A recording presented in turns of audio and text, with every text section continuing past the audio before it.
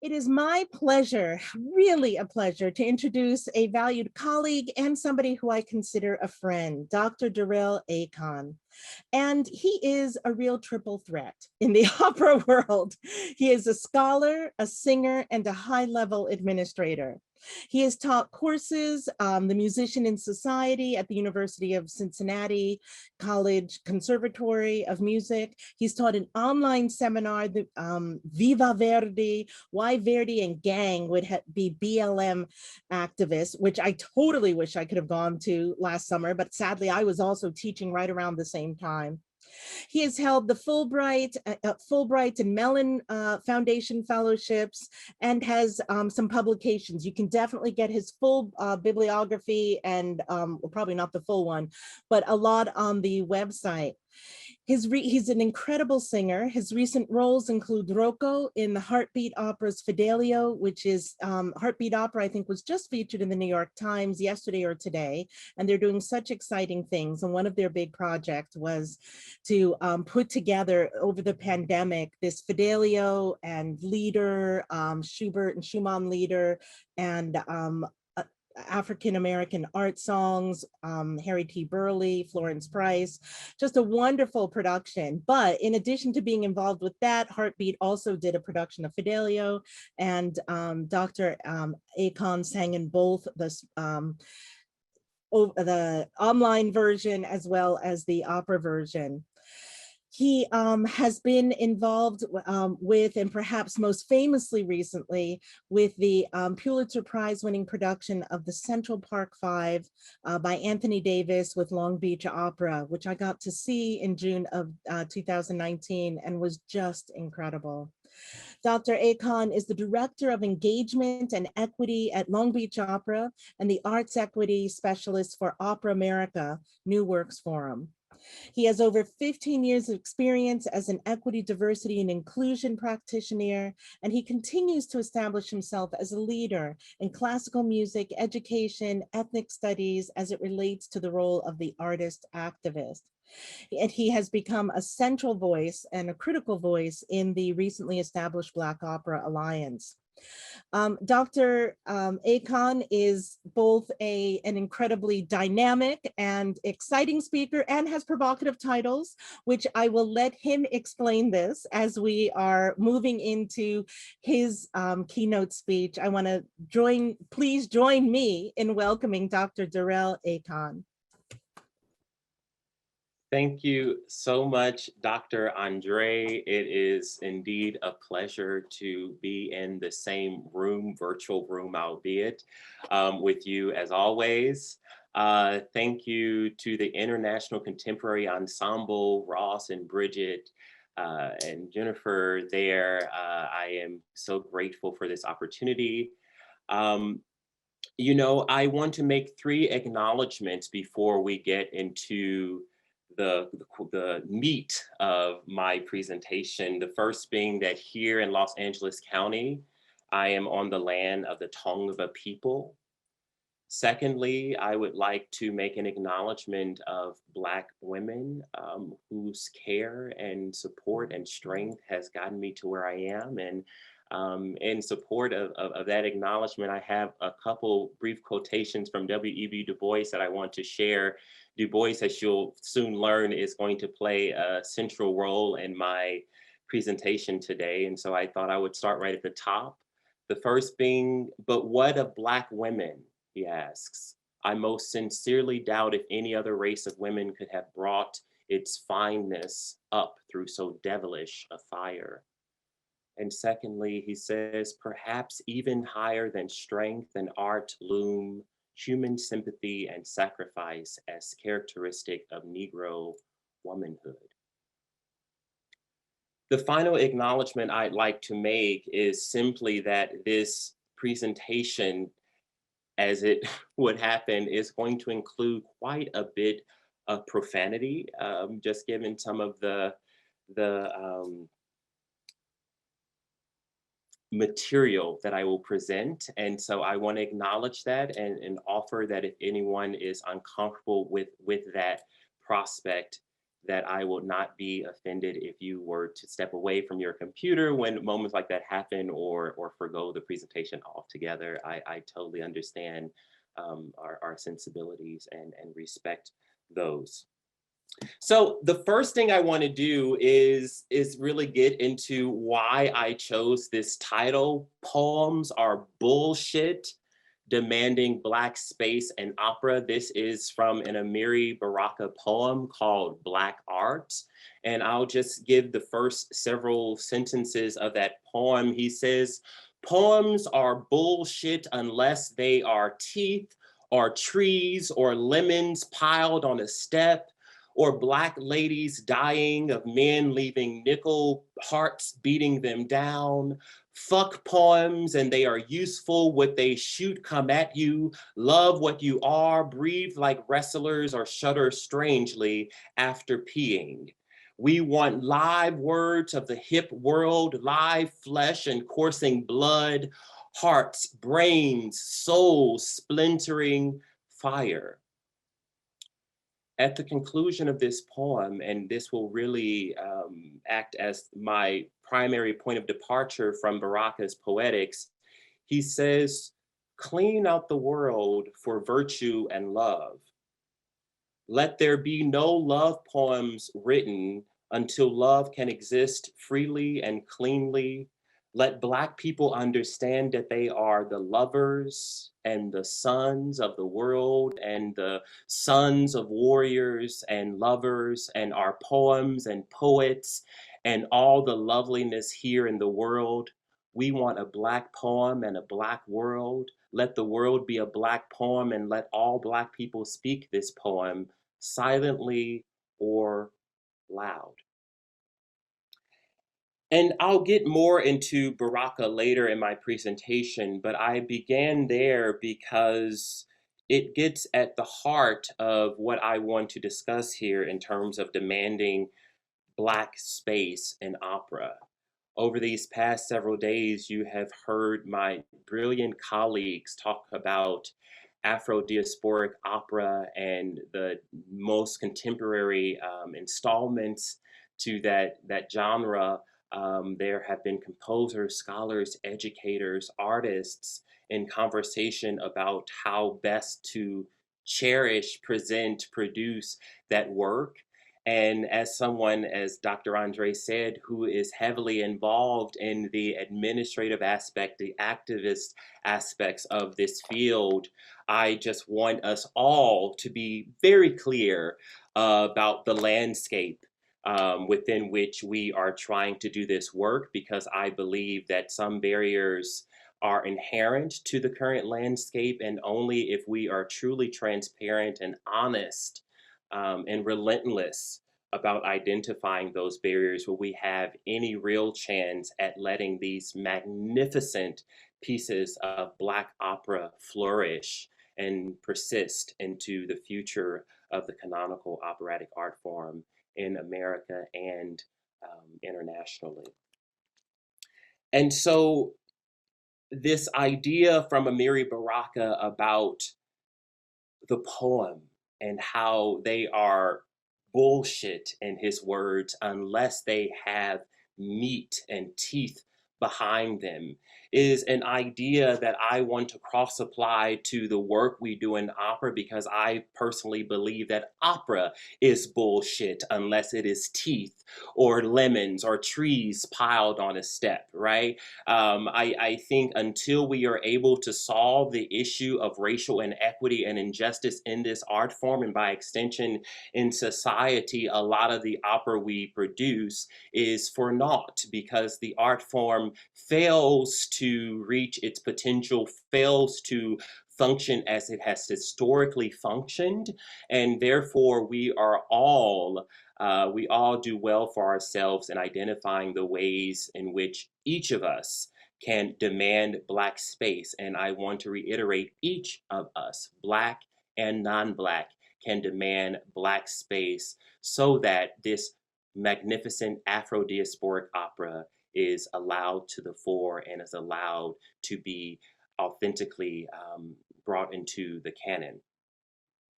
So I want to outline what I'm going to present here today. I'm first going to delve into what I call artistic Blacktivism, and as that terminology would have you believe, this has to do with an activism that is rooted in both artistry and Blackness. I am one who believes that this terminology BIPOC, while I understand its functionality and I understand its effectiveness, is ultimately problematic when we're thinking about actual authentic advocacy for different marginalized groups. I think each of the groups that are encompassed in the BIPOC phraseology have distinctive experiences and thus require distinctive modes of action and activism. And thus today I am so happy that I have an opportunity to speak directly to the Black experience, which historically has led to progress and activism and visibility for many other marginalized groups. And I can only imagine that the same will be true out of my presentation and any learnings that those in attendance will discern from what I present here today. Secondly, I'm going to cover a brief excerpt. When I read it, it might not sound very brief, but I promise it's a brief excerpt from a larger report that I have composed around equity in the opera field. As Dr. André said, I'm the Director of Engagement and Equity at Long Beach Opera and the Arts Equity Specialist at the for the Opera America New Works Forum, and thus a lot of my attention in the field, in addition to being a performer, is around how we better effect racial justice and better engage equity. And so I want to move through some of that writing to help center my final point, and which moves me to my third leg of the presentation, which will draw a connection between Amiri Baraka, and I'll present another one of his performance poems, and the great sociologist W.E.B. Du Bois, because I think that as I draw connections between those two thinkers, we will be able to discern some really valuable truths and ideas about how best to proceed forward as activists, as advocates, as artists in this field, as we all seek to demand Black space. So artistic Blacktivism is something that I have engaged for over a decade now. A lot of my work in this space was born out of my own performance presentation entitled "Whence Comes Black Art? The Construction and Application of Black Motivation." And I wrote this thesis in response to George Schuyler, who said in 1926 in his The Negro Art Hokum, an essay of his, he said that little of any merit has been written by and about Negroes, which could not have been written by whites. That's his quotation. And I find that notion absolutely ridiculous, especially coming from a Black writer and more so in the midst of the Harlem Renaissance. However, as I began to construct my refutation and critique of Schuyler, I found that he was not alone in these extravagant beliefs against a distinctive Black art. Another Black writer, J. Saunders Redding, would say 25 years later in 1951, the following. He says, quote, "I hope this piece will stand as the epilogue to whatever contribution I have made to the literature of the race. I want to get on to other things. I do not know if I can make this clear, but the obligations imposed by race on the average educated or talented Negro, if this sounds immodest, it must, are vast and become at last onerous. I am tired of giving up my creative initiative to these demands. I think I am not alone." End quote. Schuyler and Redding are still not alone in their beliefs, and yet I contend that for any artist, Black or otherwise, to be productive in today's society, they absolutely must consider and ultimately adhere to these responsibilities and obligations outlined by Redding. And I hope if you do not currently agree with me, that the rest of this presentation will bring you closer into the fold of at least understanding the space from whence I make those statements. So what I'd like to do here is really present a set, as we call them in recital practice, of different material that I might present in one of my large performance presentations around artistic Blacktivism, because I think it's going to really help guide the rest of this presentation.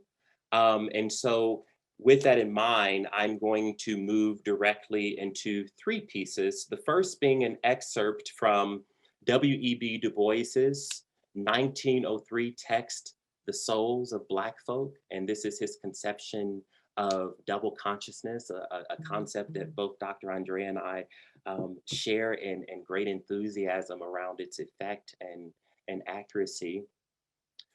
Secondly, I'm going to move into a Negro spiritual called Lord, How Come Me Here? Lord, How Come Me Here? And finally, a poem by Langston Hughes called I Too Sing America.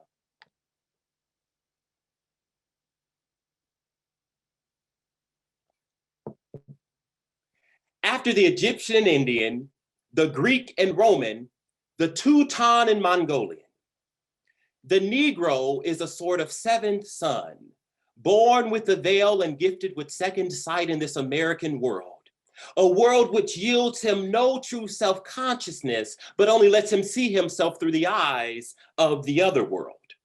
It is a peculiar sensation, this double consciousness, this sense of always looking at oneself through the eyes of others, of measuring one's soul by the tape of a world that looks on in amused contempt and pity. One ever feels his two-ness, an American, a Negro, two souls, two thoughts, two unreconciled strivings, two warring ideals in one dark body whose dogged strength alone keeps it from being torn asunder. Lord, how come me here?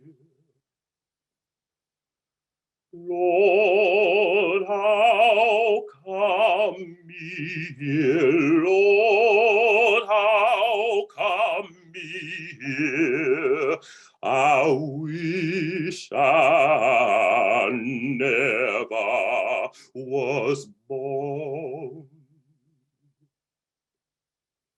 There ain't no freedom here, Lord. There ain't no freedom here. Ooh, there ain't no freedom here, Lord. I wish I never was born. They treat me so mean here, Lord. They treat me so, so mean here. They treat me so mean here, Lord. I wish I never was born, Lord. Now come me here. Lord, how come me here? Lord, how come me here? I wish I never was born. I wish I never was born. I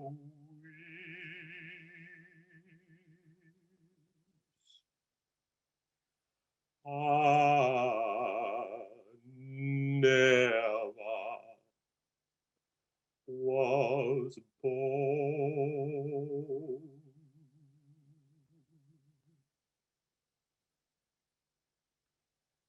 I too sing America. I am the darker brother. They send me to eat in the kitchen when company comes, but I laugh and eat well and grow strong. Tomorrow I'll be at the table when company comes. Nobody'll dare say to me, eat in the kitchen then. Besides, they'll see how beautiful I am and be ashamed. I too am America.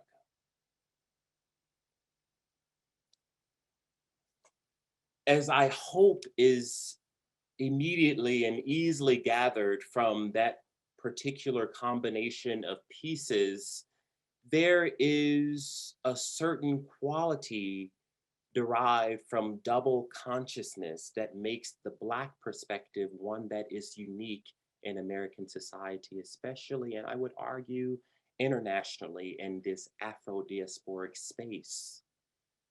That is the crux of my message here today, and that particular distinctiveness, uniqueness, at present is not being adequately observed and utilized so that all of the beautiful elements that make up a true, authentic fabric of opera today are a part of our conversation, a part of our artistic production, and ultimately a part of what becomes canonical for days to come. To continue that conversation, I want to move more directly into some of the specifics of what I'm talking about. And so I'm going to move into my an excerpt from my equity report. And I have some citations that I am going to attempt to put into the chat because I want to be a responsible scholar here, but who knows how smoothly that will work. So please bear with me as I try to make several things happen at once. And this report is from a year and a half ago now, and it continues to evolve. And I plan to release it soon, but it's interesting being a practitioner in the EDI, equity, diversity, and inclusion space. I am always learning. There's always this act of mutual learning, especially as I with the Black Opera Alliance, for example, have been in conversation with many general directors, board directors from companies across this country, as well as colleagues and artists and friends from across the pond. I am ever informing my own research and my own approach to this work, such that it's hard to have a due date by which I'm going to release the report, but it is forthcoming. And I hope that some of these preliminary thoughts I offer are helpful as we move forward. As American audiences begin to demand more representation on stage, this operatic art form is tasked with major self-reflection and action. So far, it has meant throwing around whichever is the passing fad of supposed diversity, whether the operas are by Black composers on subjects affecting women or exploring topics relating to the LGBTQ community, even including a brief consideration of the trans experience with the several mounts of as one. However, this is not a phase. These issues and the urgency boiling around them will not fade away. We will not be allowed to return to quote unquote business as usual. The people want to be heard. We all want to be seen. Terry Blaine asks the crucial question in his article on Minnesota Opera's recently hired artistic director, Preeti Gandhi. I'm going to include that quotation here.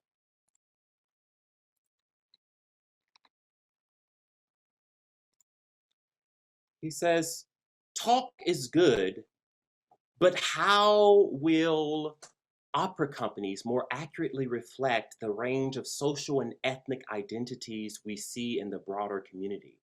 End quote. With movements like Black Lives Matter and Me Too, it should be perfectly clear that this demand for justice and relevance within all facets of our society bears an emboldened ferocity. Younger activists grow louder in their push for more seats to be added to the figurative table of social power and visibility. This art form has spent the last several years scrambling to catch up, slowly realizing that our society is exploding with new needs and demands, which we must carefully work to meet. The response so far has been lukewarm. More operas by composers of color, opera houses programming their several productions of Porgy and Bess each season, a couple new women conductors here and there, and yet the slightest look into the orchestra pit or at the composition of opera companies' leadership, staff, and board of directors betrays the truth. Older white folks are still running the show.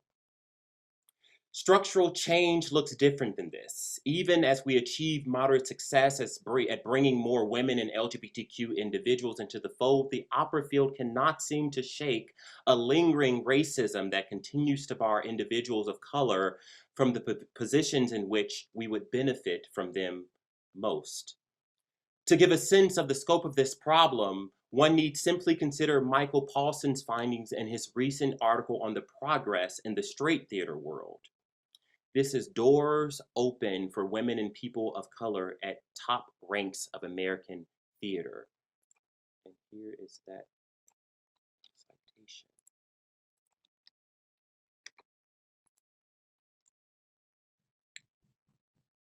He says, across the country, scores of artistic directors, most of them white men who have served as community tastemakers, um, are leaving their jobs via retirements, ousters, and industry-wide round of musical chairs. Women have been named to 41% of the 85 jobs filled since 2015, and people of color have been named to 26%. Given that the number of women in the United States is approximately 10% greater than the number of people of color at present, the difference in 15 percentage points outlined by Paulson is not terribly troubling. However, a turn of attention back to the opera world reveals a much different story. Even without delving into the specific percentages, whereas 22 or so artistic directors positions have been filled by people of color in the theater world, that same number in the opera field can be counted on one hand. And of the few artistic directors of color at major opera houses, none of them are Black. This poses a significant problem as we think about the freedom of flourishing Black double consciousness, right? Paulson continues, quote, the new guard faces many challenges balancing change and continuity, luring new audiences without alienating current patrons, as well as the financial issues that bedevil all nonprofit arts institutions, end quote. The situation quickly comes into focus when one considers that the leadership in this art form must experience those same challenges with exponentially greater magnitude given the relative homogeneity of the opera field's leadership. The recent push for equity, diversity, and inclusion is not unique to the opera field. Businesses and organizations around the world have been engaged in a robust discussion and debate about the implications and effectiveness of diversity and equity for over half a century. As Elizabeth Mannix and Margaret A. Neal note in What Differences Make a Difference, the promise and reality of diverse teams and organizations. And here is that citation for those interested.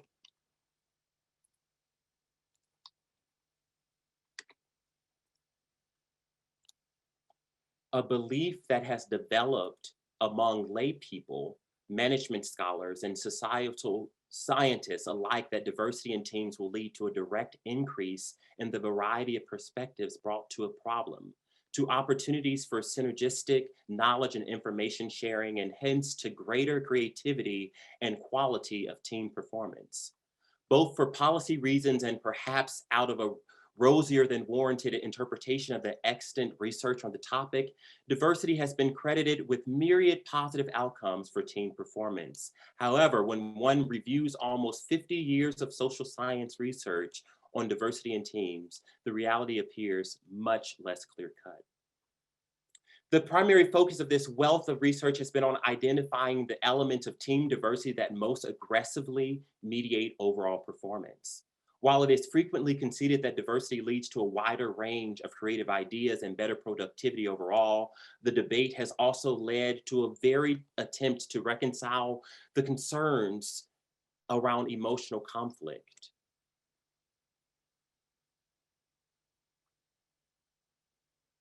Fortunately, the social climate does not afford an option to forgo diversity with an eye towards the immediate financial concerns of a company without major consequences.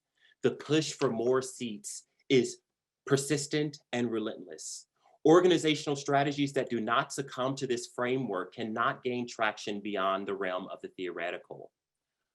While certain authors refuse to loosen grips around the notion that the increasing focus on organizational diversity warrant an in-depth discussion of how to use inclusion as a tool rather than a focus on the true reality that sectors throughout the country must reconcile for a general demand for diversification, they are not alone in this skepticism that embracing this concept without a good deal of scrutiny around its overall effects on team functionality must be at the fore.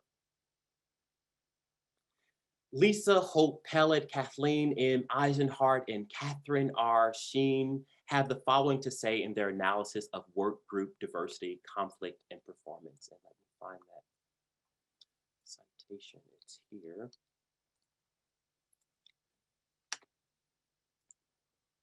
Due to their respective belief structures, group members with different demographic backgrounds may have divergent preferences and interpretations of tasks.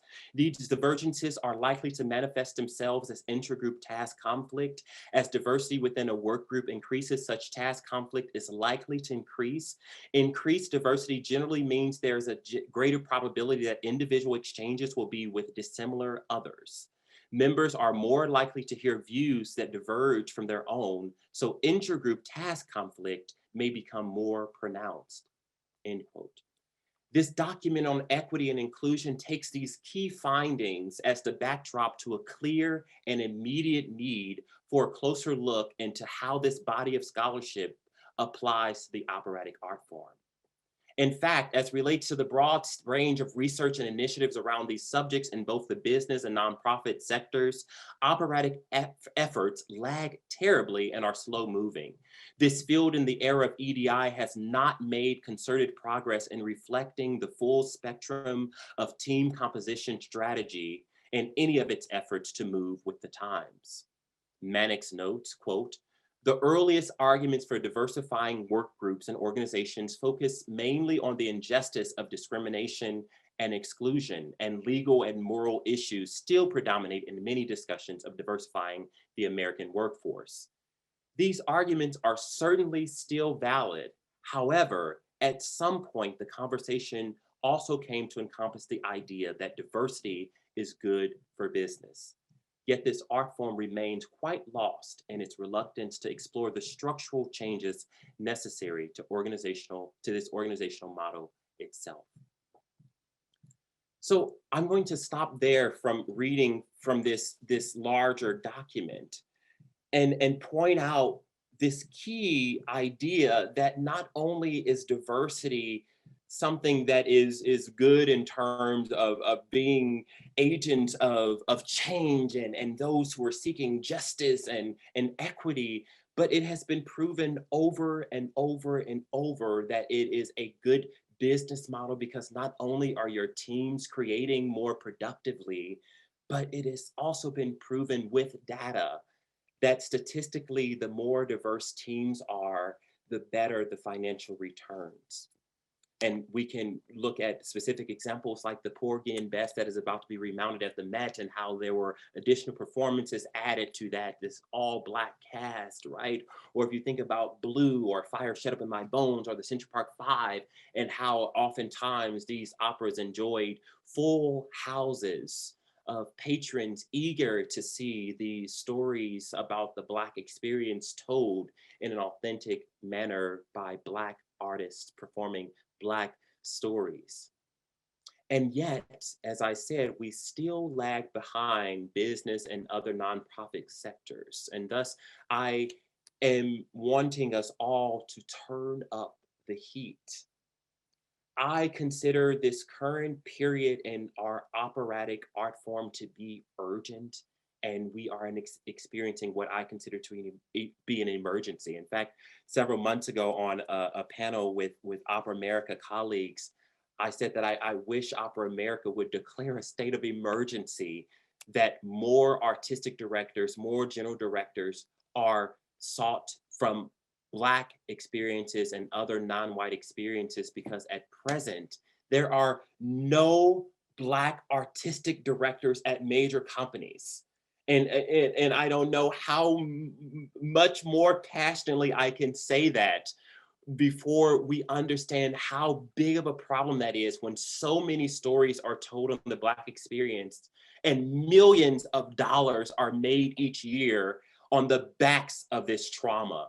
And yet there is no Black person at that final artistic terminus, deciding what authenticity looks like from the vantage point of Blackness. So I'm going to move now to this third pillar of my talk here, and drawing connections between Amiri Baraka and his very provocative, very radical way of engaging art, and the more innocent, one might say, or palatable work of W.E.B. Du Bois's across many decades. He had a very long career as an activist and a sociologist. And what I want to read, first of all, is a quotation about Amiri Baraka's work. This is from Meta Duewa Jones, and it's from the essay Politics, Process, and Jazz Performance. One must consider Baraka's poems' formal structure and the performance environment in which they have emerged, and through which they are planned to be articulated. Through the arena of performance, of dimension of Baraka's poetics emerges that counters a one-dimensional interpretation of his poetry. I'm going to reread that sentence. Through the arena of performance, a dimension of Baraka's poetics emerges that counters a one-dimensional interpretation of his poetry. Visual representations of his poems on the page alone do not sufficiently define the forms of his art and aesthetic.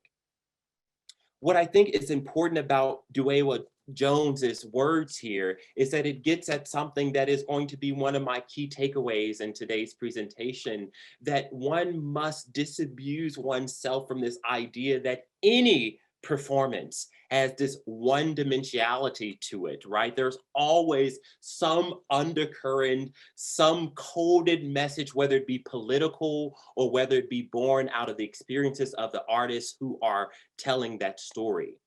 And we all do well to really zoom into those different elements of interpretation, because what I argue, and then I hope those of you on the call will be encouraged to engage me and challenge me if you're so moved. What I argue here is that this idea of double consciousness and an authentic Black perspective being given space to truly flourish in opera would be, if we were to achieve it, one of the key drivers of opera reaching its what I call former splendor.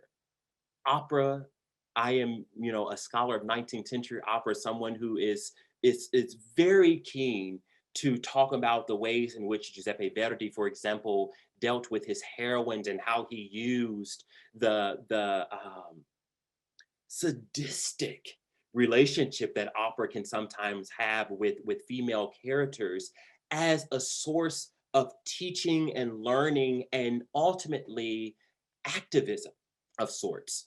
In some of my writing on Giuseppe Verdi, I talk about something I describe as spiritual agency. And what this means is that I believe that in Verdi's opera, many of his operas, especially from the 1850s on, there is a certain spiritual agency one is able to locate with female characters if they are able to convince us that they are the most aligned with whatever society, whether back then in 19th century or today, in our current century, whatever we consider as pure or religious or chaste or all of these, ideals of honest, authentic femininity, right? And in the most problematic sense of the word, right? If they are able to achieve that, then they exercise a power that extends beyond the operatic frame.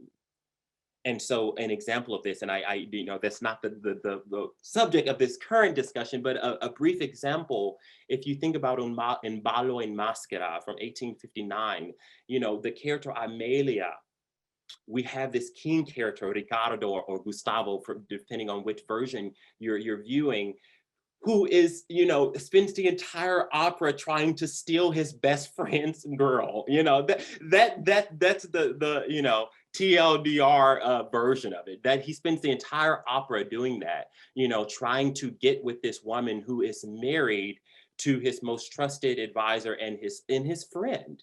And yet when he dies at the end of the opera, we mourn his death because Amelia loves him. And within the context of the opera, we trust her judgment more than we trust our own, right? Because she has convinced us that when it comes to religious, spiritual authority, she is the authority and exercises that power extra operatically, even within our own hearts and minds, right? I have papers on this, and so if that sounds far-fetched, maybe I'll direct you to those later. But the reason I bring this up here is because over the years I have explored connections between my work in Verdian scholarship and my work in Blacktivism. And it's interesting because where I began was the double consciousness experienced by Black people might be uh, thought of as this spiritual agency that I'm talking about because of the very marginalization of a Black experience or Black perspective. Black folks, Black artists especially, experience this extra societal, extra artistic ability to see things both through their own eyes and also through the eyes of the more dominant perception and perspective of mainly the majority group, right? But the more I think about it, I am starting to believe that there is an additional connection and that opera in these stories, in these panels, in these seminars that are rooted in Black trauma, there is a similar sadism in seeing the trauma and somehow discerning a certain enjoyment sounds icky, but I'm going to go with that ickiness because that's how it has felt when so much trauma is outlined and yet the action, the activism, the advocacy is not enough as to counterbalance the very barriers and structural elements of our current operatic art form to stop that trauma from persisting. So that's an area that I'm still exploring. I don't have all the answers, but I wanted to draw that connection. But back to Amiri Baraka, I want to now perform really, a poem of his called Why Is We Americans, which is going to thrust me into this final bit of thinking that I'd like to outline here. And I really invite everyone to start thinking about any comments or questions or challenges or connections that you might have, because I'm going to leave a bit of time for that conversation as a group.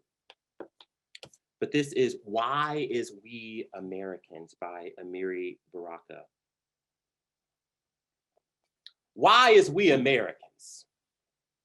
Why is we Americans? What I want is me, for real. I want me and myself, and what that is what I be, and what I see and feel is who it's me, and the what it is what it is, and when it me, it's what it be. I'm gonna be here if I want. Like I said, self-determination. But I ain't come from no foolish tribe. We wants to mule the land. You can make it 300 years of blue chip stock in the entire operation. We want to be paid in a central bank, the average worker farmer wage for all those years we gave it for free. Plus, we want damages for all the killings and the fraud, the lynchings, the missing justice, the lies and frame-ups, the unwarranted jailings, the tar and featherings, the character and race assassinations, historical slander, the character and race assassinations, ugly caricatures. For every Sambo step and fetched flick, we want to be paid. For every hurtful thing you did or said, for all the land you took, for all the rapes, all the Rosewoods and Black Wall Streets you destroyed, all the miseducation, jobs lost, segregated shacks we lived in, the disease that ate and killed us, for all the mad police that drilled us, for all the music and dances you stole, the styles, the language, the hip clothes you copped, the careers you stopped. All these are suits, specific litigation as represent we be like we for reparations for damages paid to the Afro-American nation.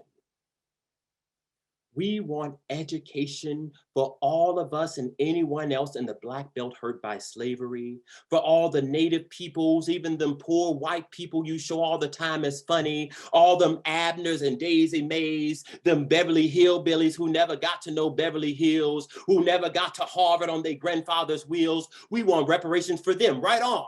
For the Mexicans whose land you stole, for all of North Mexico, do you call it Texas, Arizona, California, New Mexico, Colorado, all that you gotta give up. Autonomy and reparations to the Chicanos and the Native Americans whose souls you ripped out with their land. Give self-determination, regional autonomy. That's what my we is telling, not asking. And they gonna do the same when they demand it like us again, but in their own exploited name. Yeah.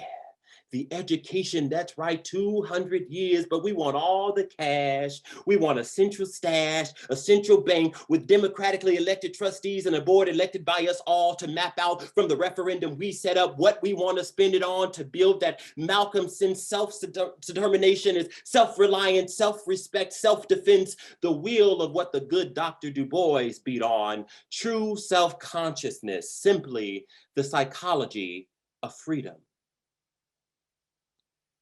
Then we can talk about being American. Then we can listen without the undercurrent of desire to first set your ass on fire.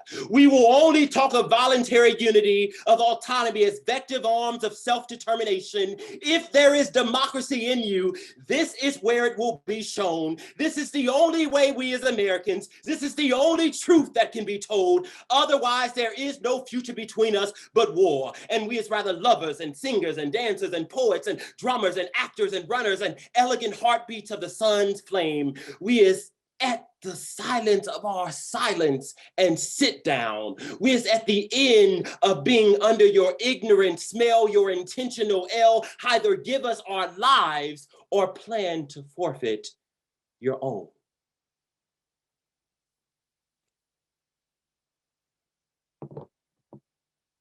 So when I think about Amiri Baraka's words, this idea of demanding space, artistic space, space of expression, I cannot help but think about the ways in which we must engage a similar activism here in opera. And what I want to emphasize is that this is work not only of Black people. We've been doing this work for decades. Join us. Join us, figure out your own brands of activism, your own brands of advocacy, and demand that all of this beautiful work, all of this beautiful opera, poignant opera and artistry that you have experienced over these past several days, or more broadly in opera with opera works like the Central Park 5 or Blue or Malcolm X that Michigan Opera Theater will be producing next year. How can you ensure that those persist into the future and become a part of a canon that more and more as years pass, Black artists and administrators feel like they are authentically a part of opera. That is the charge. That is the charge. As I close out here, I want to turn back to W.E.B. Du Bois's words.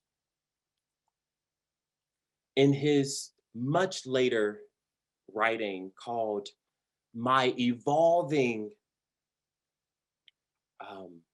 My Evolving Program for Negro Freedom.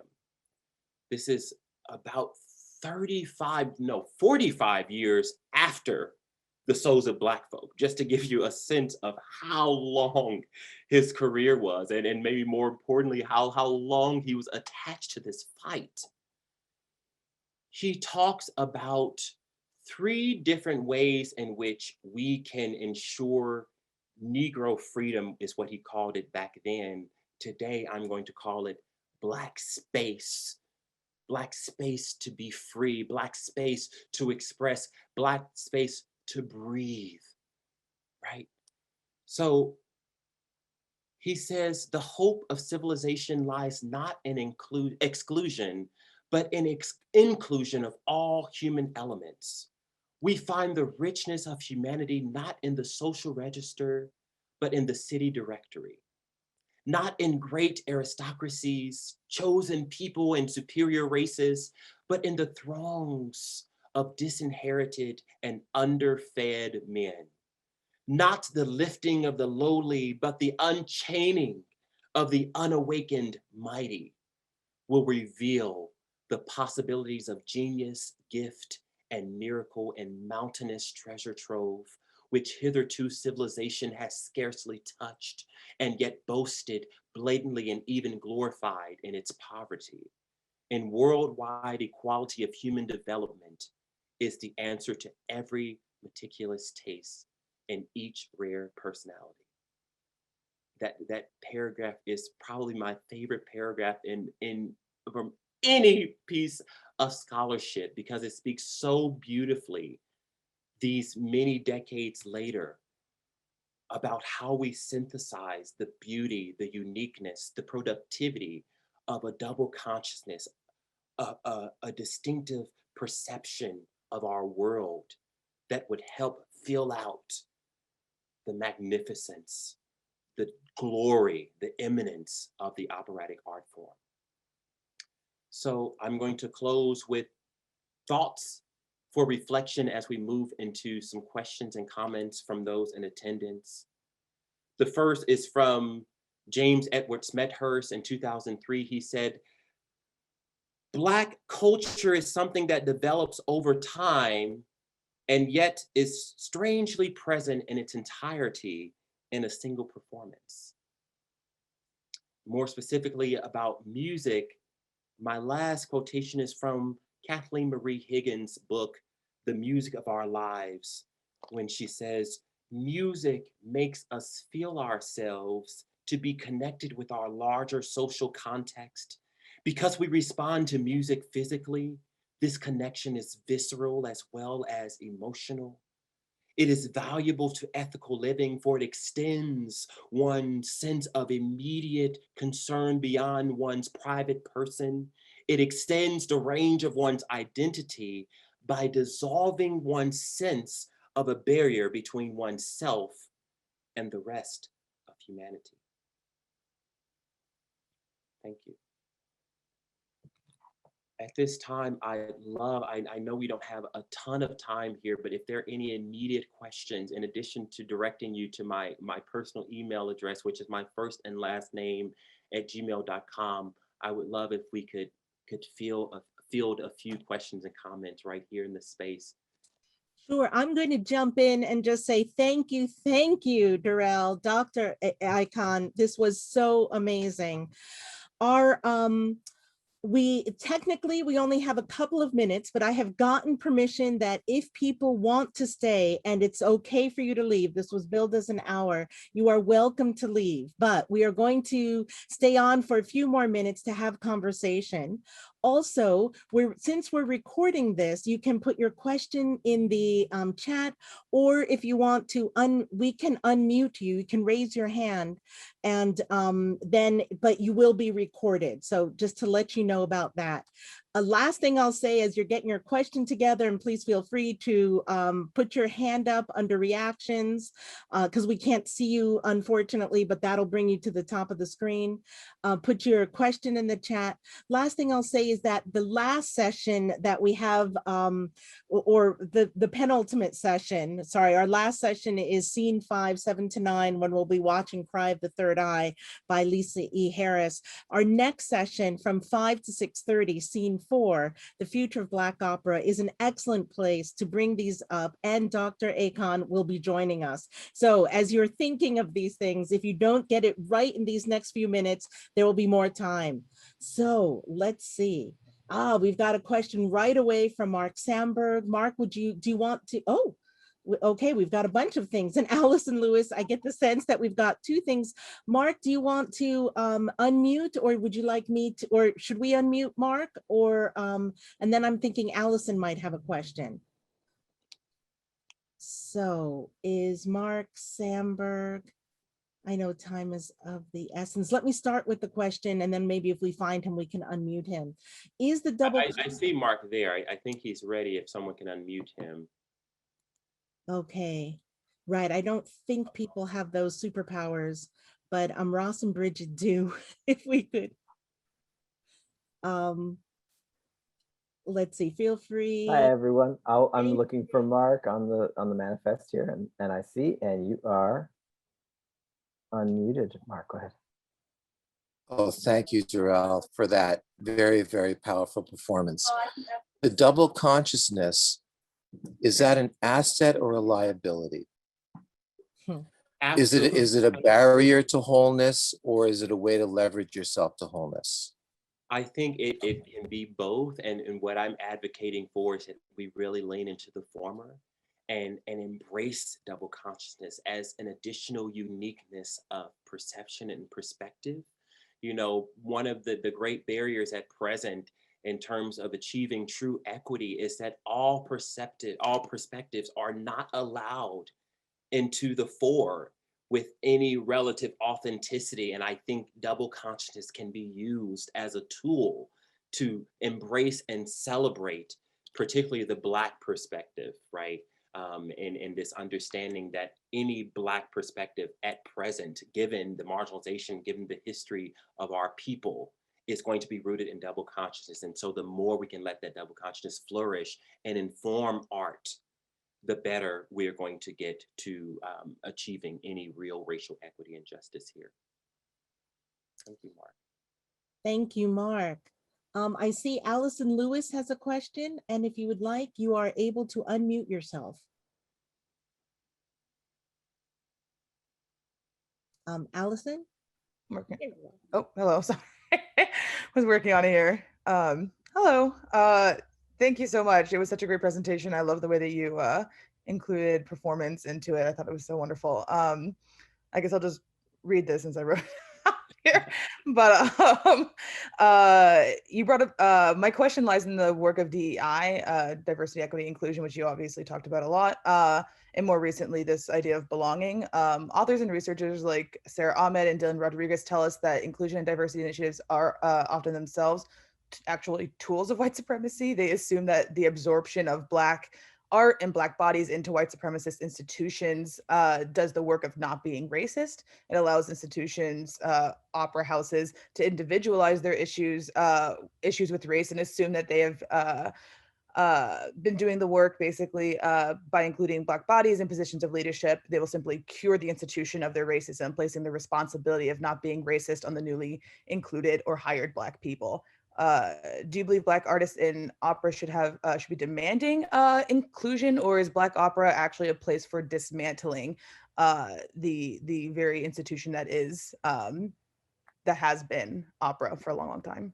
Wow, that is such a wonderful question. And I'm going to take an alternative response in saying that I think the two are not mutually exclusive. I think that, you know, Black opera can be used as a tool, the very descriptor of calling something Black, meaning that it has been derived from a distinctively Black motivation, right, is in itself activist, because it says that I refuse to remove the marginalization, the experience that has colored this art. But I couldn't agree more with the former statements of your question, and that DEI work at present, when it's basically built on the backs of Black trauma and putting Black folks on panels talking about all the horrible things they've experienced, or bringing Black and other non-white folks into spaces to teach people terminology, can perpetuate white supremacy if we do not actually use that information and those tools to dismantle the very barriers that are allowing this inequity to persist. You know, and a lot of my work as a practitioner, one of the first questions I ask is, are we trying to become a more equitable art form? Or are we trying to teach white people how to experience hegemony better? Are we trying to teach white people how to be better leaders? Those are two distinctly different modes of advocacy, right? And I think much too often are we focused on the latter. We need more Black leaders. We need more Black general directors, more Black artistic directors, more Black creative teams telling these stories authentically through an authentic Black perspective. Thank you, Allison. Yeah, excellent point. I like this. You know, if these were easy answers, we'd have fixed them. And so this in-between space, and that benefits from this double vision and multiple experiences that we have, that you so eloquently talked about Du Bois having, seems to be the way to approach this. We need many minds to be thinking about this together. We have a little time. We're sort of stealing time, but there's just so much energy in the room. And if someone, I'm looking in the, and it's okay to be thinking about these things and to bring them here at 6 o'clock Eastern time, because we will be back. I wanted to, oh, here we've got one here. Melisha Taylor, did you want to, you are able to unmute yourself now if you would like to ask that in person? Sure. Hello, Dr. André, and hello, Dr. Acon. I've thoroughly enjoyed this presentation. Can you speak to opera funding, the control of opera, and the centralization of whiteness in opera? And when you're doing DEI consulting for companies, the issue, especially in my experience, comes down to who's funding the opera. And the control of that funder is generally how it's hard to combat the DEI issue, because the funder and the audience are what make opera possible. Can you speak to your experiences in working with opera companies on these issues? Absolutely. And some remedies you have offered? Absolutely. Thank you, Melisha. You know, the first thing I will say is that that model that we have right now that you just outlined, which is absolutely what's happening right now, is fallacious, right? That's not what should be happening. Nonprofit organizations are supposed to be driven by their missions, not by the perspectives and the desires of those who have the most money, right? And so that's why a huge part of my work, a huge part of my advocacy, is really trying to pull in this wealth of scholarship that exists around the productivity, the effectiveness of diverse teams, of diversity, diverse productions, because what it tells us is that not only are opera companies going to be coming up with better solutions to these problems, but it's going to actually yield better financial returns from audiences, right? And so in order for that to happen in earnest, we have to get radically courageous right? We have to believe that if we are doing what we're supposed to do, that the right people are going to fill in the space of those people who are racist, frankly, whether it's explicit or implicit or hidden or whatever, because at a point someone is willing to withhold their funding of a company that they have so-called support for, that there's a sense of either racism or an attachment to white supremacist patriarchal structures that we must, as an art form, disabuse ourselves of if we ever are going to get to the next step. And so what has to happen is those folks on boards, those executive directors, those general directors who are so inclined to engage this type of courage will have to proceed forward with the understanding that as those board members, as those funders leave the picture, new funders, new board members will enter the scene with an encouraged enthusiasm around the authenticity of this type of approach of authentic equity building. Right. And I must admit that that's not something that is happening with any great deal of ubiquity right now, but that's from my role as a practitioner and sort of synthesizing what I know about this field, but also what I know about what's happening in other sectors. That is one of the most strategic paths forward for our art form. Thank you, Dr. Acon, and thank you for that question. The issue of funding is so complicated, and I love this idea that new funders need to emerge and to come. And I think once opera companies more explicitly invite new audiences in, that there will be some new funders. I think we have time for about 2 more questions, and I see that forgive me for mispronouncing this, Jallo Calvert Nelson has a question, and he says he's coming from Switzerland. I also, just right before, it's been corrected in the chat, but I misspoke when I said 6 o'clock. We will be meeting at 5 o'clock, so less than an hour. So Mr. Nelson, please feel free. Can you hear me? Yes. Yes. Well, I want to offer comments of praise. I've been with these conferences since January. And you, Dr. Acon, and you, Dr. André, you are my heroes. You have given me great hope. I'm a composer of operas. I've had the great fortune to know personally Noel DaCosta, Hal Smith, Ollie Wilson, Howard Swanson.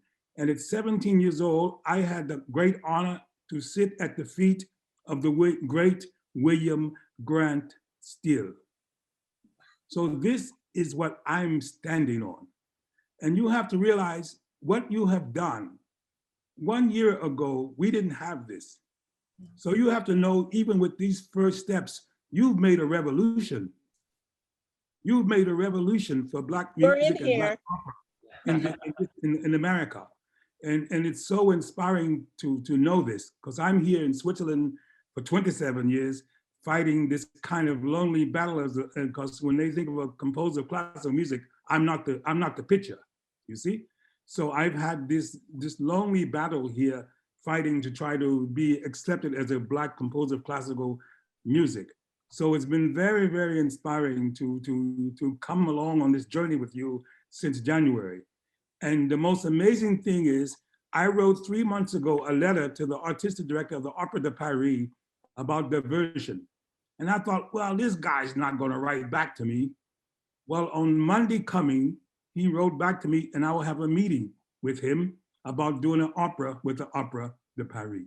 Wonderful. You have to keep us informed. You need to let us know. I have your book, Dr. André. I love your book. Thank you. And I will write to you, and also Dr. Acon, because you guys, I'm your fans. Oh, right back at you. And as Jesse Jackson says, keep hope alive. Thank you so much, Mr. Nelson.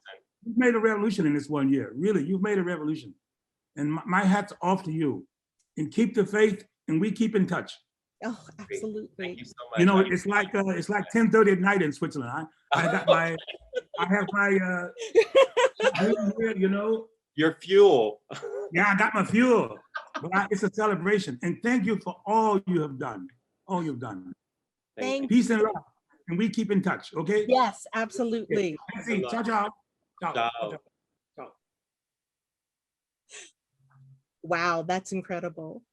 Yeah. Yeah. Sadly, I think I'm looking in the chat. I don't see new messages. I want to tell you two quick things. First, at the bottom where you can type in the chat, there are 3 dots. And if you click on those 3 dots, everybody, even if you did not create this Zoom, you have the ability to save the chat. So I have copied a bunch of those wonderful references that Dr. Acon had put in the chat. But if you want to copy the chat, you can do this and it'll be added to your computer. I just learned that recently, even though we've been doing Zoom for such a long time. Dr. Acon, this is your session. So are there any final words you'd like to leave us with? You know, I only in reiterating the title that, you know, poems and opera are bullshit unless there is teeth, unless there is a reason. And there has always been a reason. Do not allow this art form to descend into mere artifact and mere museum showings. Let's actually do something, whether it has to do with racial justice, whether it has to do with feminism, the rights of LGBTQ individuals, disability. Let's reflect our times, both in terms of those folks who are on the stage, those who are behind the scenes, those who are on our boards. Demand this space. Here, Black space, by extension, the space of all marginalized people. All of us have a role in that fight, in that advocacy, in that activism. Thank you so much for your attention and your awesome energy for this session. It's been so delightful. Thank you.